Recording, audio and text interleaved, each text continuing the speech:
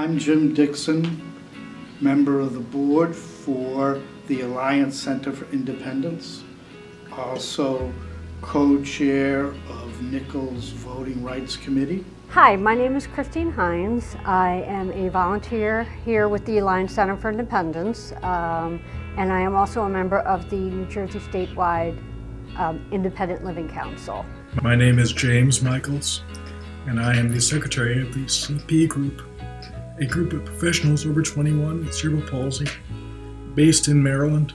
My name is Sarah Rizzuto, and I'm an artist as well as a disability advocate, and I work at a university here in Connecticut. I'm a professor.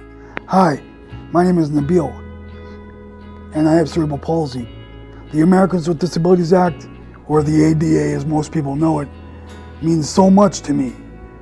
I say it with pride that it has positively affected my life for the better in so many ways, that it has acknowledged my existence as a person, a valuable person in society, as a person with a disability.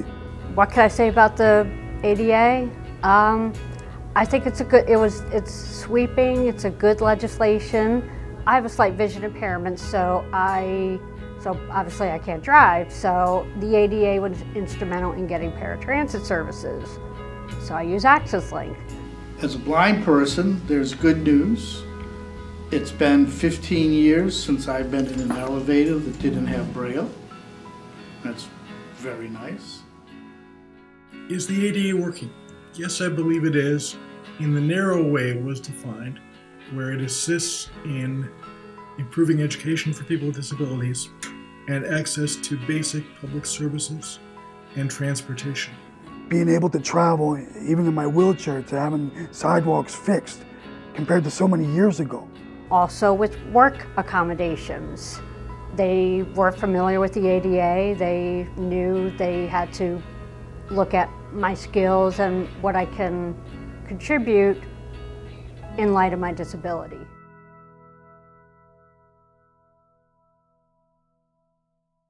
When I got into this business in 1976, we thought all we had to do was pass the ADA and get a few more services, and everybody would be on their way to the kingdom of heaven.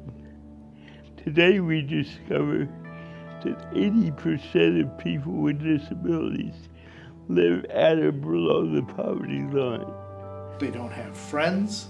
They're isolated, they have low self-esteem, they're living with family members who hide them, overprotect them. The most important thing to know about people with disabilities today is that we are more poor than we were when the Americans with Disabilities Act was passed. And in order to keep my disability check, I can only earn $10.90 a month, which is a really low income limit and is the cause of me having to live essentially in poverty, and is the reason that many of us are either underemployed or in poverty as well. 25 years later, I still think more needs to be done. I think a lot of times people just follow the ADA just to follow the law, but I think people need to understand why they need to accommodate people with disabilities better. I think the ADA still needs to be tweaked so that those better services are available to greater numbers of people with disabilities and have greater linkages with general public life. There are still a lot of things that need to be fixed. After 25 years of the ADA, I still can't even go into a Subway or a Papa John's in my home and buy a slice of pizza, or even all I want to do is buy a sandwich. As a consumer that wants to buy goods and services and spend my own money, I feel like my money's not good enough. Like I am separated from society. I know folks with intellectual disabilities who, if they try to stop a stranger for information, people run away. That's not right, and the ADA has not improved the quality of life. I'm a social worker by training, and a lot of organizations say, you know, we help people with disabilities, we don't discriminate, but yet they require a driver's license. And I just think the ADA could do better in, it could just do more in giving more guidance regarding that. I think it would be good if we could find ways in which the ADA can be applied to larger groups of people where a access benefit, like making a university complex 100% accessible, so universal design would benefit both people with disabilities and people without disabilities, would be a great way to achieve better compliance. Coming together and trying to come up with new legislation and other ways of breaking the barriers towards work would allow more people with disabilities to become more gainfully employed in the future. And by doing that, we would become more productive citizens and leave us feeling more fulfilled in knowing that we can support ourselves. I think the ADA, as it was described to me once, is not the Emancipation Proclamation.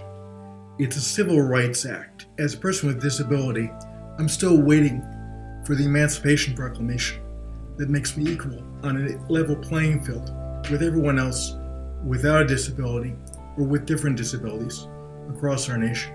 Think about this for a minute. If you can't buy a meal, the fact that somebody has ramped a restaurant does you no good.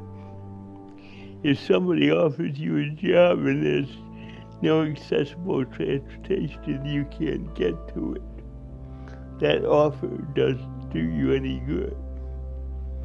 If somebody makes a polling place accessible and you've already died because you haven't had decent health care, you will never cast another vote.